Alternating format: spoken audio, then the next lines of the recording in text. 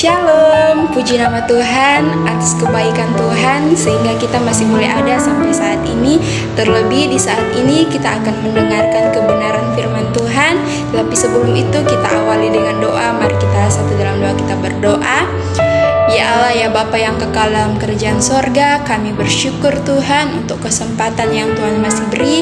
Dan di saat ini Tuhan ada waktu bagi kami untuk merenungkan kebenaran firman-Mu. Biarlah Engkau yang senantiasa mengurapi kami, agar firman-Mu ini tidak lalu begitu saja, melainkan makan tempat dalam hati pikiran kami.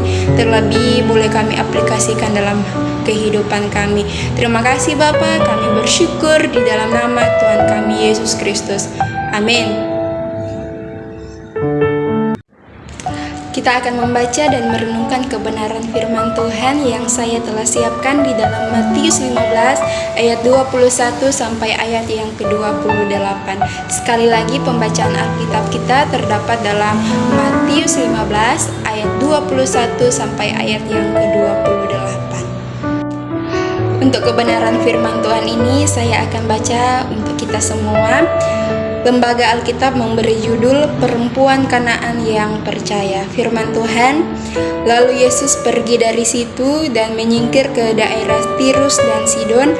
Maka datanglah seorang perempuan Kanaan dari daerah itu dan berseru, "Kasihanilah aku ya Tuhan, anak Daud, karena anakku perempuan kerasukan setan dan sangat menderita." Tetapi Yesus sama sekali tidak menjawabnya. Lalu murid-muridnya datang dan meminta kepadanya, "Suruhlah ia pergi, ia mengikut kita," dengan berteriak-teriak. Jawab Yesus, "Aku diutus hanya kepada domba-domba yang hilang dari umat Israel."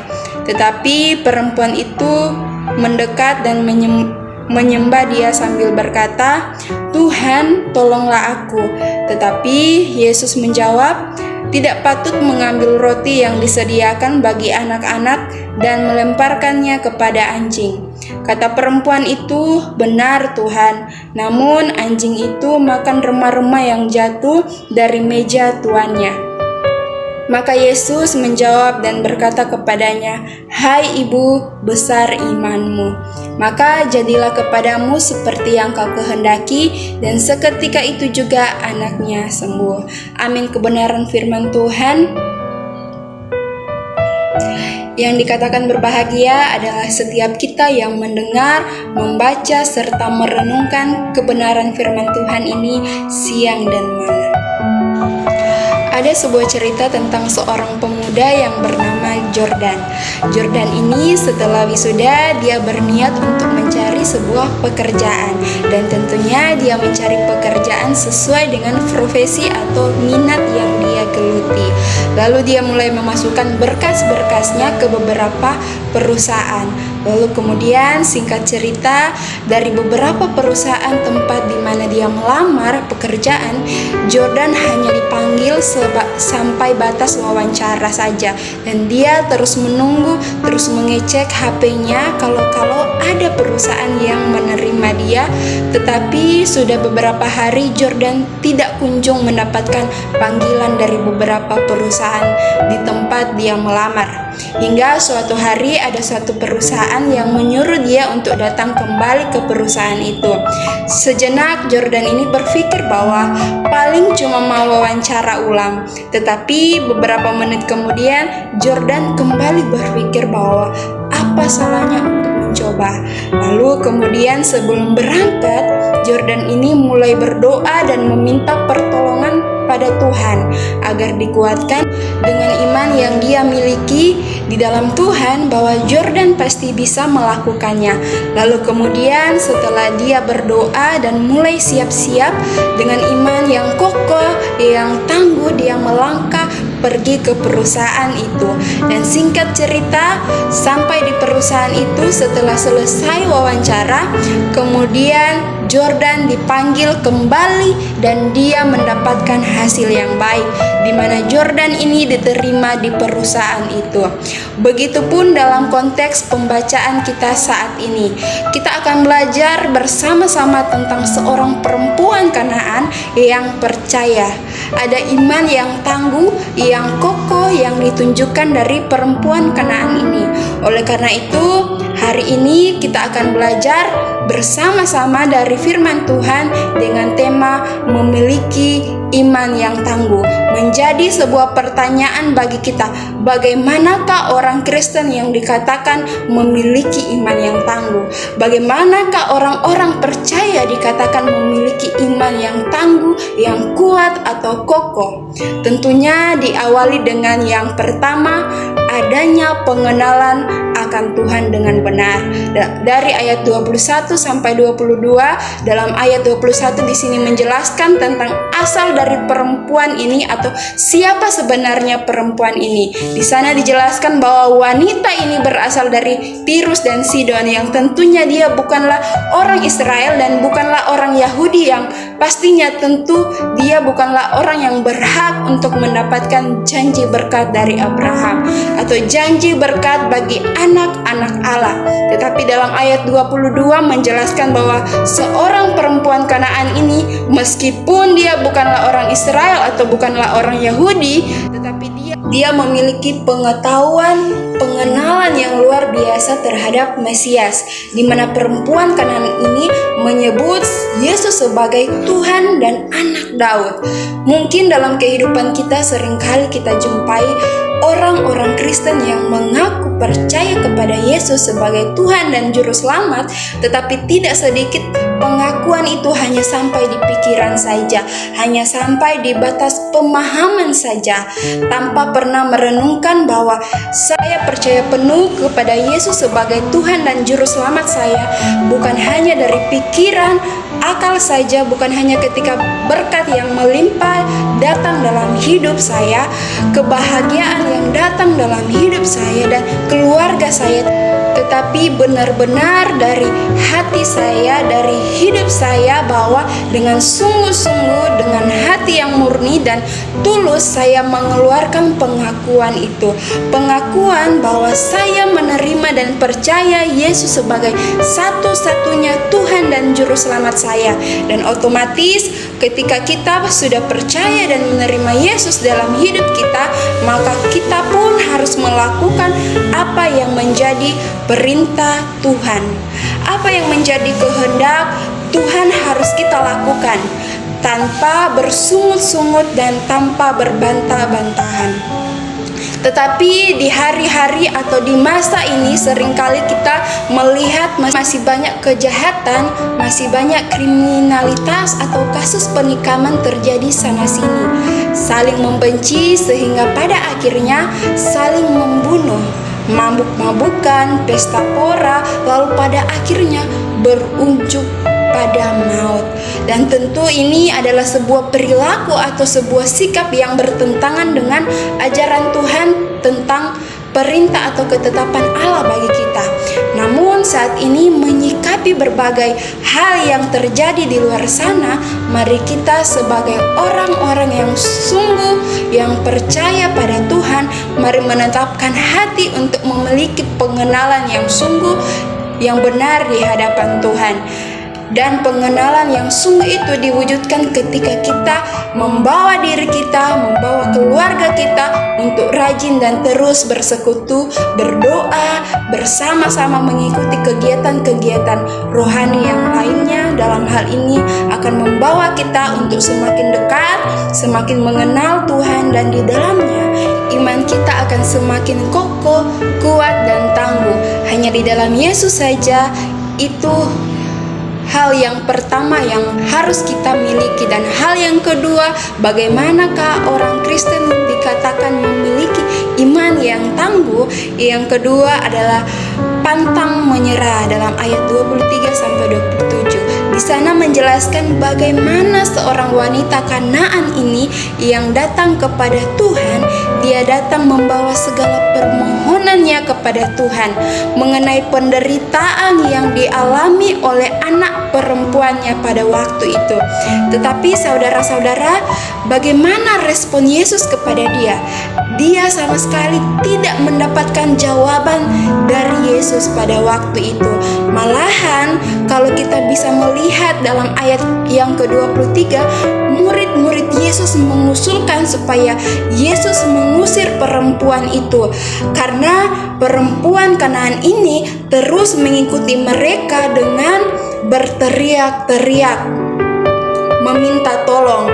Mereka sudah jenuh, sudah bosan, bahkan sudah jengkel untuk mendengarkan teriakan perempuan itu. Tetapi kalau kita melihat, apakah perempuan ini hanya berhenti sampai di situ? Ketika dia tidak mendapatkan jawaban apa-apa dari Yesus, apakah dia menyerah, dia putus asa, dia mundur, dan bahkan sebaliknya, apakah dia kembali ke rumahnya? Tidak, Bapak Ibu saudara-saudari yang diberkati dalam Tuhan. Perempuan itu tidak menyerah, tidak berputus asa, tetapi dia terus memohon kepada Tuhan dengan iman yang kokoh dan kuat. Dia terus datang berseru pada Tuhan. Karena mengapa?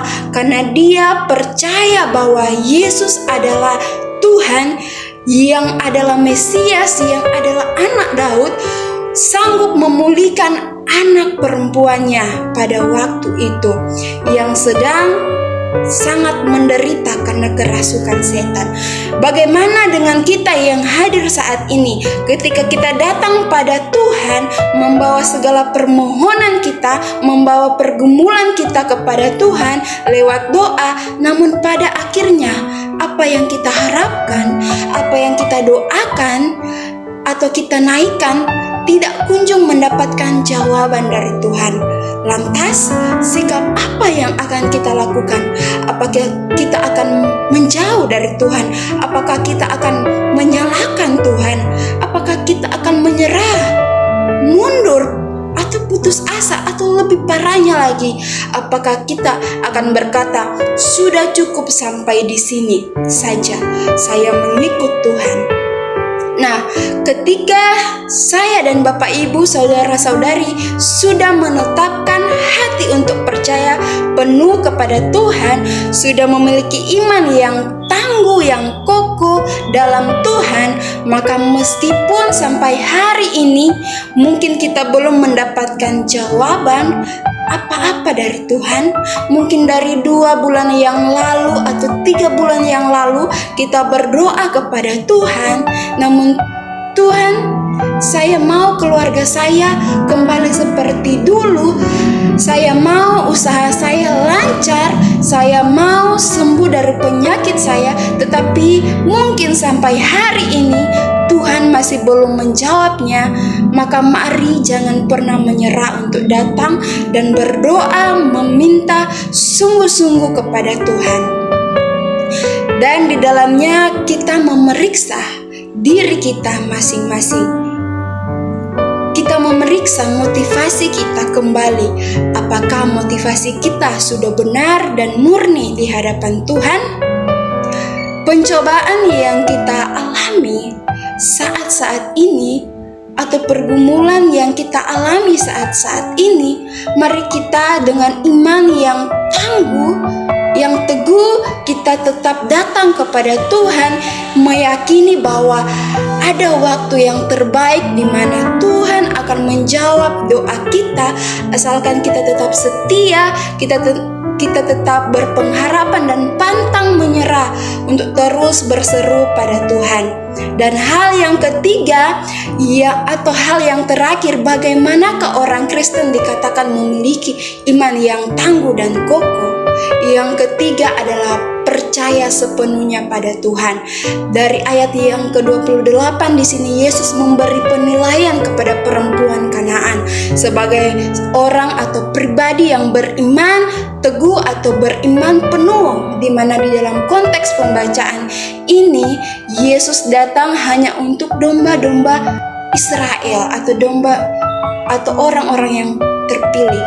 Yesus datang bukan untuk perempuan ini atau orang Kanaan, tetapi umat-umat Israel. Namun perempuan ini dengan keyakinan teguh bahwa dia layak menerima berkat yang ditolak oleh anak-anak kerajaan Allah.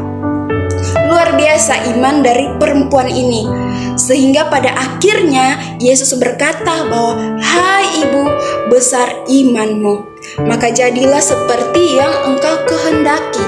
Dan seketika itu juga apa yang dia rindukan, apa yang dia inginkan, perempuan Kanaan ini inginkan, akhirnya terjadi di mana anaknya seketika itu juga sembuh. Bapak, Ibu, saudara-saudari yang diberkati dalam Tuhan kita Yesus Kristus, sebuah pengalaman iman yang luar biasa yang ditunjukkan oleh seorang perempuan Kanaan ini. Dan tentunya ini pun yang harus menjadi bagian dalam hidup kita, Bapak, Ibu, saudara-saudari yang diberkati dalam Tuhan kita Yesus Kristus. Percaya sepenuhnya kepada Tuhan meskipun di tengah-tengah keberadaan dan situasi yang kita alami, bahkan hidup yang tidak menentu, adalah suatu sikap dan cara yang benar yang perlu kita tunjukkan adalah percaya sepenuhnya kepada Allah. Berarti kita mengandalkan Dia sepenuhnya, kita berserah penuh kepadanya dan melibatkan Tuhan dalam apapun yang sedang kita kerjakan dan usahakan. Percaya kepada Tuhan berarti kita benar-benar mengakui Tuhan yang berkuasa, yang berkarya atas seluruh keberadaan kehidupan kita. Namun kadangkala masih banyak orang yang menutup hati mereka untuk merasakan kuasa Tuhan bekerja atas hidup mereka. Mereka masih kurang percaya dengan adanya Tuhan dalam kehidupan mereka. Tetapi hari ini Bapak, Ibu, saudara-saudari, marilah kita terus merenungkan dan membawa diri kita terus percaya sepenuhnya kepada Tuhan, bahwa mengandalkan Tuhan sepenuhnya dan bukan mengandalkan kekuatan yang kita miliki. Di segala keadaan kita, dalam situasi hidup yang baik, dalam keluarga kita, pekerjaan kita, usaha yang kita lakukan, mari membawa semuanya ke dalam tangan Tuhan, bahwa hanya Tuhan yang mampu mengerjakan pekerjaan atau perkara yang besar, yang ajaib di balik apapun yang kita lakukan. Untuk itu Bapak, Ibu, saudara-saudari yang diberkati dalam Tuhan, milikilah tiga hal ini sehingga bisa dikatakan sebagai orang Kristen yang mempunyai iman yang tangguh dan kokoh ketika kita memiliki pengenalan yang sungguh-sungguh pada Tuhan. Pantang menyerah artinya tidak jemu-jemu untuk terus datang kepada Tuhan dengan segala permohonan, dan juga yang terakhir, kita harus percaya penuh hanya kepada Tuhan saja dalam hidup kita. Amin. Kebenaran firman Tuhan, Tuhan Yesus memberkati firman-Nya dan memberkati kita semua. Kita berdoa. Allah Bapa yang kekal dalam kerajaan sorga, kami bersyukur Tuhan untuk firman-Mu. Urapi kami semua agar firman-Mu ini termeterai baik dalam pikiran, bahkan Tuhan boleh kami praktekkan dalam hari-hari kehidupan kami. Kami berdoa menyerahkan seluruh kehidupan kami di dalam nama Tuhan kami Yesus Kristus. Haleluya, amin. Sekian video saya, Tuhan Yesus memberkati kita semua. Shalom.